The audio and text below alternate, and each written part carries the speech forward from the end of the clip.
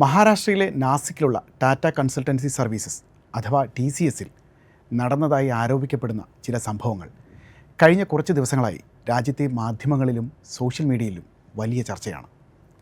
നിർബന്ധിത മതപരിവർത്തനം, ലൈംഗിക പീഡനം, കോർപ്പറേറ്റ് ജിഹാദ് എന്നിങ്ങനെ തുടങ്ങി അതീവ ഗൗരവതരമായ സാമൂഹിക ധ്രുവീകരണമുണ്ടാക്കുന്ന ആരോപണങ്ങളാണ് ഉയർന്നു വരുന്നത്. ദേശീയ മാധ്യമങ്ങളിലടക്കം തുടരെ പ്രത്യക്ഷപ്പെട്ട വാർത്തകളും യഥാർത്ഥ വസ്തുതകളും തമ്മിൽ വലിയ വ്യത്യാസമുണ്ടെന്നാണ് നിലവിൽ പുറത്തുവരുന്ന ഔദ്യോഗിക രേഖകളും ഫാക്ട് ചെക്ക് വിവരങ്ങളുമെല്ലാം സൂചിപ്പിക്കുന്നത്. മാധ്യമ വാർത്തകളിൽ എത്ര സത്യമുണ്ട്? ആരാണ് ഈ കേസിലെ പ്രതികൾ? മാധ്യമങ്ങൾ ചിത്രീകരിച്ചതുപോലെ ഇതൊരു ആസൂത്രിത കുറ്റകൃത്യമാണോ? നമുക്ക് പരിശോധിക്കാം. കഴിഞ്ഞ മാർച്ച് 26-നാണ് സംഭവങ്ങളുടെ തുടക്കം. നാസിക്കിലെ ദേവ്ലാലി ക്യാമ്പ് പോലീസ് സ്റ്റേഷനിൽ ലഭിച്ച ഒരു പരാതിയെ തുടർന്ന് രജിസ്റ്റർ ചെയ്ത FIRലൂടെയാണ് ഈ സംഭവങ്ങൾ പുറംലോകമറിയുന്നത്. TCS നാസിക് BPO യൂണിറ്റിലെ ഒരു വനിതാ ജീവനക്കാരിയാണ് പരാതി നൽകിയത്. 2022 ജനുവരി മുതൽ 2026 ഫെബ്രുവരി വരെയുള്ള കാലയളവിൽ താൻ നേരിട്ട പീഡനങ്ങളെക്കുറിച്ചും തൻ്റെ വിശ്വാസത്തെ അവഹേളിച്ചതുമൊക്കെയായിരുന്നു പരാതിയിലുണ്ടായിരുന്നത്. FIRൻ്റെ അടിസ്ഥാനത്തിൽ ഡാനിഷ് ഷെയ്ഖ്, തൗഫീഖ് അത്തർ, നിധ ഖാൻ എന്നിങ്ങനെ TCSലെ 3 ജീവനക്കാർക്കെതിരെ പോലീസ് കേസെടുത്തു. ഇതിന് പിന്നാലെ ഏപ്രിൽ 1, 2, 3 തീയതികളിലായി മുംബൈ നാഗ പോലീസ് സ്റ്റേഷനിൽ സമാനമായ 8 FIRകൾ കൂടി രജിസ്റ്റർ ചെയ്യപ്പെട്ടു. അങ്ങനെ ആകെ 9 പേരെ പ്രതി ചേർത്ത് പോലീസ് അന്വേഷണം ആരംഭിച്ചു.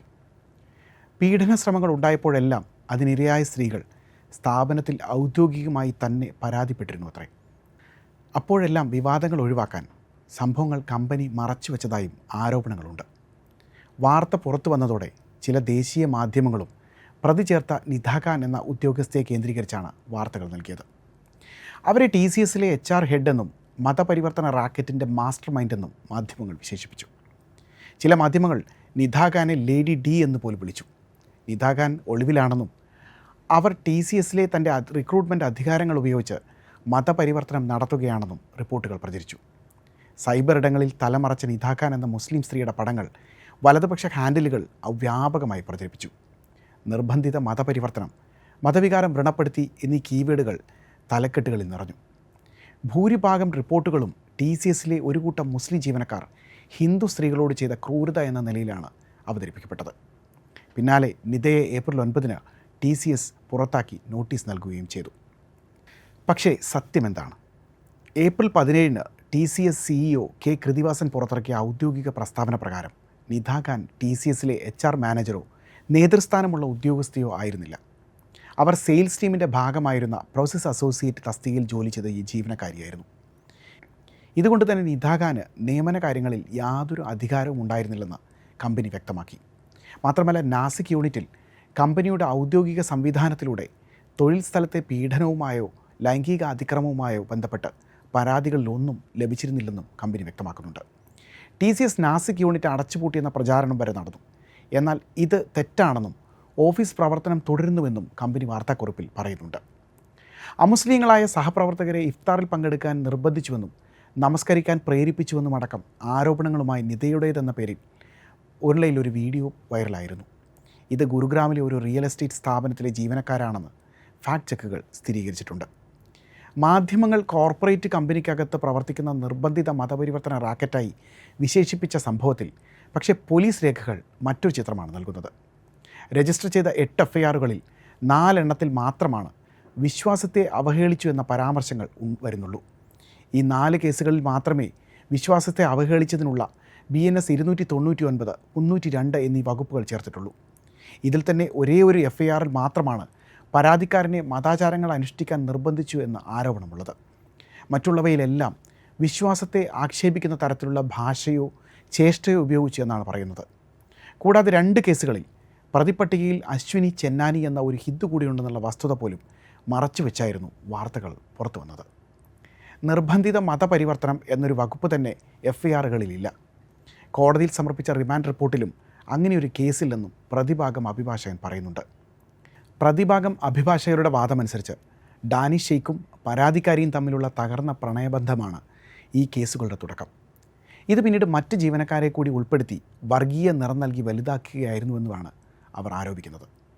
ഒരു പടി കൂടെ കടന്ന് കേസ് അന്വേഷണത്തിനായി ശുചീകരണ തൊഴിലാളികളായി വേഷം മാറി പോലീസ് TCSൽ അന്വേഷണം നടത്തി എന്ന തരത്തിലുള്ള വാർത്തകൾ പോലും മാധ്യമങ്ങളിൽ വന്നിരുന്നു. എന്നാൽ അത്തരത്തിലൊരു അന്വേഷണം നടന്നതായി കോടതി രേഖകളിലൊന്നും പരാമർശമില്ലെന്ന് അഭിഭാഷകർ വ്യക്തമാക്കുന്നുണ്ട്. നാസിക്കിലെ ആൾദൈവം അശോക് ഖരാട്ടിനെതിരെ ഉയർന്ന ബലാത്സംഗ പരാതികളിൽ നിന്നും അറസ്റ്റിൽ നിന്നും മാധ്യമശ്രദ്ധ തിരിക്കാൻ നിതയടക്കമുള്ളവരെ കരുവാക്കുന്നുവെന്നാണ് ആരോപണമുയരുന്നത്. മഹാരാഷ്ട്രയിലെ എപ്സ്റ്റീൻ ഫയൽസ് എന്ന് വിശേഷിപ്പിക്കപ്പെട്ടതായിരുന്നു സംഭവം. രാഷ്ട്രീയ ഉദ്യോഗസ്ഥ വ്യവസായ പ്രമുഖരുമായി അടുത്ത ബന്ധമുള്ള അശോക് ഖരാട്ടിൻ്റെ വലയിൽ സംസ്ഥാന കേന്ദ്ര ഭരണരംഗത്തെ പലരും ഉൾപ്പെട്ടുവെന്ന നടുക്കുന്ന വാർത്തകൾ പുറത്തു വന്നിരുന്നു. ഇതിനു പിന്നാലെ VIP ജ്യോതിഷിയുടെ ഏറ്റവും അടുത്തയാളായ ഡോക്ടർ ജിതേന്ദ്ര ഷെൽക്കെ അഹല്യനഗർ സമൃദ്ധി എക്സ്പ്രസ് വേയിലെ വാഹനാപകടത്തിൽ ദുരൂഹ സാഹചര്യത്തിൽ കൊല്ലപ്പെടുന്നതാണ് കണ്ടത്. ഇയാളുടെ കാർ ഒരു ട്രെയിലറിൻ്റെ പിന്നിലിടിച്ചാണ് അപകടമെന്നാണ് പോലീസ് ഭാഷ്യം. അതേസമയം അപകടത്തിൽ സംശയം ഉന്നയിച്ചും അന്വേഷണം ആവശ്യപ്പെട്ടും ഉദ്ധവ് താക്കറെ പക്ഷ ശിവസേന നേതാവ് സുഷ്മ അന്താരെയും ശരത് പവാർ പക്ഷ NCP നേതാവ് രോഹിത് പവാറും രംഗത്ത് വന്നിരുന്നു. ആദ്യം ഉയർന്നു വന്നത് അശോക് ഖരാട്ടിൻ്റെ കേസാണ്. അതിനുശേഷമാണ് TCSലെ കേസും അതുമായി ബന്ധപ്പെട്ട അറസ്റ്റുകളുമെല്ലാം ഉണ്ടാകുന്നത്. മാർച്ച് 17-ന് 27-കാരി നൽകിയ പരാതിയിലാണ് അശോക് ഖരാട്ടിനെതിരെ കേസെടുത്തത്. തൊട്ടടുത്ത ദിവസം ഇയാൾ അറസ്റ്റിലായി. പൂജ മന്ത്രങ്ങളുടെ മറവിൽ നിരവധി സ്ത്രീകൾക്ക് നേരെ ഖരാട്ട് ലൈംഗികാതിക്രമങ്ങൾ നടത്തിയതിൻ്റെ വീഡിയോ ദൃശ്യങ്ങൾ കണ്ടെത്തി. 12 പരാതികളാണ് പിന്നീട് 62-കാരനായ ഖരാത്തിന് നേരെ ഉയർന്നത്. ഇതോടെ പ്രമുഖരുമായുള്ള ഖരാട്ടിൻ്റെ അടുപ്പം പുറത്തായി. അവരുമായുള്ള ടെലിഫോൺ ബന്ധത്തിൻ്റെ രേഖകൾ അഴിമതി വിരുദ്ധ ആക്ടിവിസ്റ്റ് അഞ്ജലി ദമാനിയ പുറത്തുവിടുകയും ചെയ്തു. രേഖകൾ ചോർന്നതിനെതിരെ മഹാരാഷ്ട്ര സർക്കാർ ഇപ്പോഴും അന്വേഷണം നടത്തി വരികയാണ്. ബലാത്സംഗം, മന്ത്രവാദം, മനുഷ്യക്കുരുതി, ഭീഷണിപ്പെടുത്തൽ തുടങ്ങി ആരോപണങ്ങളാണ് ഖരാട്ട് നേരിടുന്നത്. എന്നാൽ TCS വിവാദം ആളിക്കത്തിയതോടെ ഈ സംഭവം പതിയെ വാർത്തകളിൽ നിന്ന് മറഞ്ഞു. TCSൽ ഏതെങ്കിലും ജീവനക്കാർ മോശമായി പെരുമാറിയിട്ടുണ്ടെങ്കിൽ അവർ തീർച്ചയായും നിയമത്തിന് മുന്നിൽ വരണം. തൊഴിലിടങ്ങളിലെ അവകാശങ്ങളും സുരക്ഷയും സ്ത്രീ സൗഹൃദ അന്തരീക്ഷവുമെല്ലാം ചർച്ച ചെയ്യപ്പെടണം. എന്നാൽ വ്യക്തികളുടെ കുറ്റകൃത്യങ്ങൾ ഒരു സ്ഥാപനത്തിൻ്റെയോ ഒരു പ്രത്യേക മതവിഭാഗത്തിൻ്റെയോ ആസൂത്രിത നീക്കമായി വ്യാഖ്യാനിക്കുന്നത് തെറ്റായ കീഴ്വഴക്കമാണ്. സത്യം നിയമ പോരാട്ടത്തിലൂടെ പുറത്തു വരുമെന്ന് തന്നെയാണ് പ്രതീക്ഷ.